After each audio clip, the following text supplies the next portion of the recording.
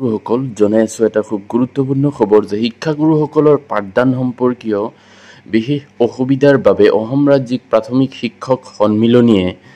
অসমৰ মাননীয় শিক্ষামন্ত্ৰীলৈ এক বিশেষ পত্ৰ প্ৰেৰণ কৰিছে যাতে এনেকুৱা সমস্যাৰ সমাধান তেওঁ সোনকালে কৰি দিয়ে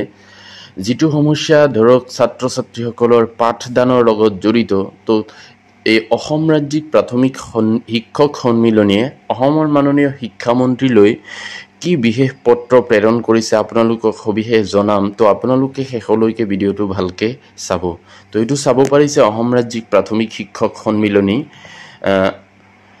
মাননীয় শিক্ষামন্ত্ৰী মহোদয় অসম চৰকাৰ তেখেতলৈ পঠাইছে বিষয়টো হ'ল পাঠ্যক্ৰমৰ পাঠদানৰ ক্ষেত্ৰত হোৱা অসুবিধা দূৰ কৰাৰ লগতে শৈক্ষিক দিনপঞ্জী অৰ্থহীন কৰি তোলা নিৰ্দেশনা বন্ধ কৰাৰ আবেদন তাৰপিছত কি লিখিছে চাওক মহাশয় নমস্কাৰ গ্ৰহণ কৰিব অসমৰ সৰ্বশিক্ষা অভিযান মিছনৰ জৰিয়তে প্ৰতিদিনে দিয়া ভিন্ন দিৱস উদযাপন নিত্য নতুন কাৰ্যসূচী ৰূপায়ণ প্ৰশিক্ষণ আদিৰ হেঁচাত বিদ্যালয়সমূহত পাঠ্যক্ৰমৰ পাঠদান ব্যাহত হৈ পৰিছে পূৰ্বৰ দৰেই চলিত শিক্ষাবৰ্ষতো গ্ৰীষ্ম বন্ধৰ আগছোৱাতো ভিন্ন কাৰ্যসূচীয়ে পাঠ্যক্ৰমৰ পাঠদানত ব্যাঘাত জন্মাইছিল তদ্ৰুপ গ্ৰীষ্ম বন্ধ খোলাৰ পাছৰে পৰা বিদ্যালয়সমূহত চলা ভিন্ন কাৰ্যসূচী দিৱস উদযাপন প্ৰশিক্ষণ আদিৰ বাবে বিদ্যালয় অচল হৈ পৰিছে প্ৰশিক্ষক ৰূপে গ্ৰহণ কৰা বহু শিক্ষকে বিদ্যালয়লৈ যোৱাৰ সুযোগই পোৱা নাই প্ৰশিক্ষণৰ বাবে ভিন্ন জিলাৰ এজনীয়া দুজনীয়া বিদ্যালয় বন্ধ হৈ পৰিছে FLN প্ৰশিক্ষণ চলি থকাৰ মাজতে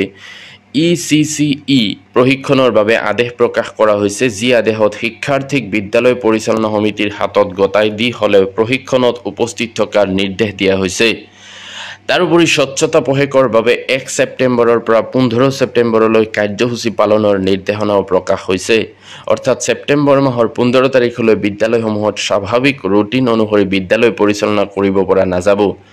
বিদ্যালয় পাঠ্যক্ৰমৰ পাঠদান কমি যোৱাৰ ফলতে শিক্ষাৰ্থী আয়ত্ত কৰিব লগা অৰ্হতাৰ পৰা বঞ্চিত হয়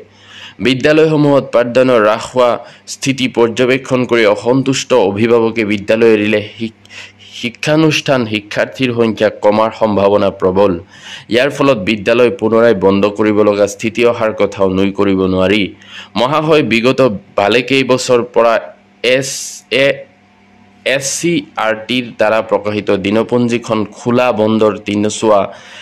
এখন কেলেণ্ডাৰত পৰিণত হৈছে দিনপঞ্জীৰ নিৰ্দেশনা কৰবাত পৰি থাকে সৰ্বশিক্ষা অভিযানে দিয়া নিৰ্দেশনাৰ হেঁচাই সমগ্ৰ বিদ্যালয় সূচীক তছনছ কৰে যদিহে শৈক্ষিক দিনপঞ্জী অনুসৰি বিদ্যালয় পৰিচালনা কৰাৰ সুযোগেই নাথাকে তেন্তে দিনপঞ্জীখনৰ প্ৰয়োজনীয়তা নাথাকিব মহাশয় আজিও এগৰাকী শিক্ষাৰ্থীয়ে অভ্যাসন মূল্যায়নৰ বহি লাভ কৰা নাই প্ৰথমটো মান নিৰূপণৰ কাম বিদ্যালয়সমূহে জোৰা টাপুলি মাৰি পৰিচালনা কৰিলে দ্বিতীয় মান নিৰূপণৰ সময়ত সমাগত এতিয়ালৈ শিক্ষাৰ্থীক অভ্যাসনৰ বাবে বহি যোগান পোৱা নাই মহাশয় বিষয়টো আপোনাৰ দৃষ্টিগোচৰ কৰিলো